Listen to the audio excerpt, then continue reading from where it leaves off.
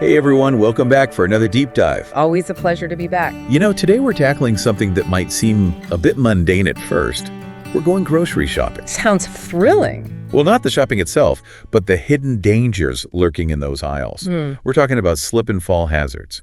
Those unexpected spills, obstacles, and tricky situations that could turn a quick milk run into a trip to the ER. I see where we're going with this. And I bet you have some juicy research to back it up. Oh, you know I do. We're diving into some legal cases today, focusing on how negligence plays a role in these slip and fall accidents.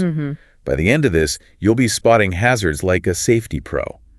Maybe even win yourself a prize for the most cautious shopper. I like it. Knowledge is power, especially when it comes to preventing those embarrassing tumbles in the produce aisle. Speaking of embarrassing tumbles, I'll admit I thought I was pretty good at navigating those grocery store aisles. Oh, we all think that, don't we? But then I started reading these cases and realized there's a whole world of hazards we just don't see. It's like those optical illusions, You think you see one thing, but it's actually something completely different. You're absolutely right. Our brains tend to focus on what we expect to see. And that can make us more vulnerable to those unexpected hazards, the ones that catch us off guard. Which brings us to the big one, the classic slip and fall culprit, wet or slippery surfaces. Oh yeah, the dreaded wet floor sign. Though sometimes those signs seem to magically appear after I've already almost wiped out. Speaking of, I swear those runaway grapes are out to get me. Almost bitten the dust a dozen times, thanks to those little guys. I hear you. But the research goes beyond just the spilled milk or the rogue grapes. It's about what caused the spill, and more importantly, how long it's been there. That's where the concept of negligence comes in. Let's say someone spills their soda, right? And the store, they don't clean it up for hours. That's a problem. Because then it's like, well, they had enough time to clean it. They should have seen it. Exactly. It becomes a question of whether they had a reasonable amount of time to address the hazard. And if they didn't, well, that's when things can get a little sticky for them, legally speaking. So basically, it all boils down to the store's responsibility to maintain a safe environment for shoppers. Makes sense. But what are some examples that might point to negligence in court? Like what kind of things would make a judge say, yeah, the store really messed up here? Well, there's this one case. It's almost comical, but also kind of scary. The store had overused floor wax, like way too much. And the floor ended up being so slick, it was practically an ice skating rink. Oh no, I can just imagine people gliding through the aisles. The court found them negligent because, well, it was pretty obvious that excessive wax created an unreasonable risk of slipping. I mean, who needs ice skates when you've got a well-waxed grocery store floor? Not me, thank you very much. Okay, so lesson learned, watch out for that super shiny floor. What other slippery surprises should we be aware of? Rainwater. Seems harmless enough, right? Yeah, just water. But think about it. A rainy day, everyone's coming in with wet shoes, tracking water all over the floor. It can turn into a real slip and fall hazard. And if the store hasn't taken steps to mitigate that, like putting down enough mats, those absorbent ones, or even just putting up warning signs, well, that could be considered negligence. Wow, I never thought about rainwater being a hazard.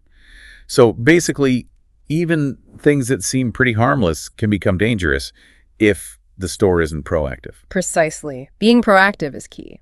All right, so we've got the slippery surfaces down. What about those dangers that are less obvious? The ones that we might not immediately register as being hazardous.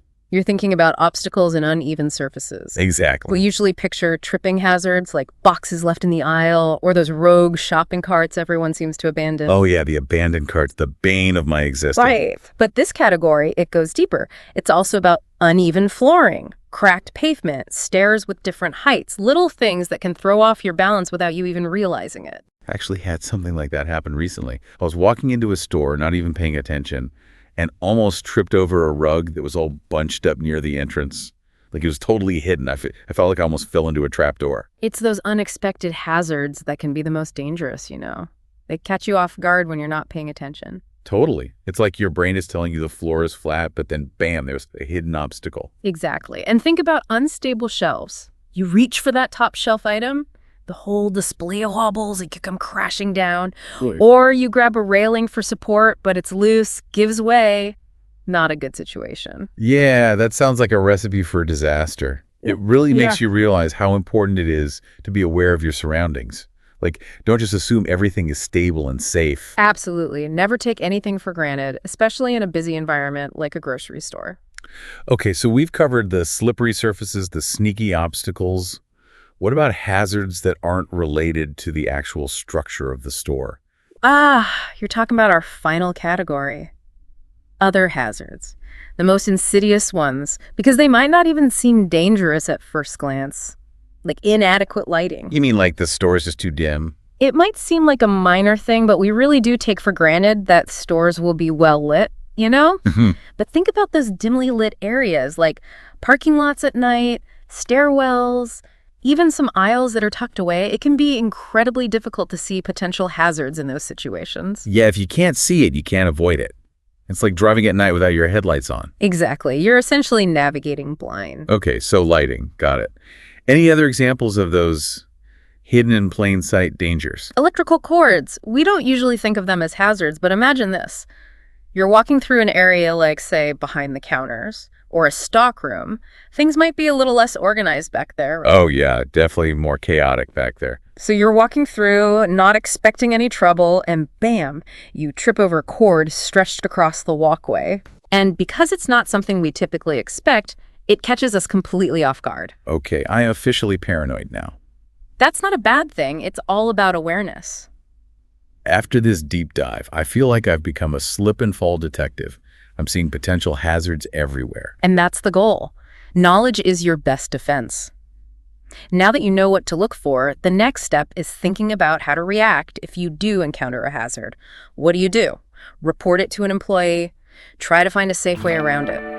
So it's not just about spotting the danger, it's about knowing how to respond in a way that keeps us safe. Exactly. Always be thinking one step ahead. Well, there you have it, folks, a crash course in slip and fall hazards. Hopefully you've learned a few things that will help you navigate those grocery aisles and the world beyond a little more safely. Remember, knowledge is power, and in this case, it could also save you from a nasty fall. Stay safe out there, everyone. Until next time. Call now 714-442-9741. Thank you.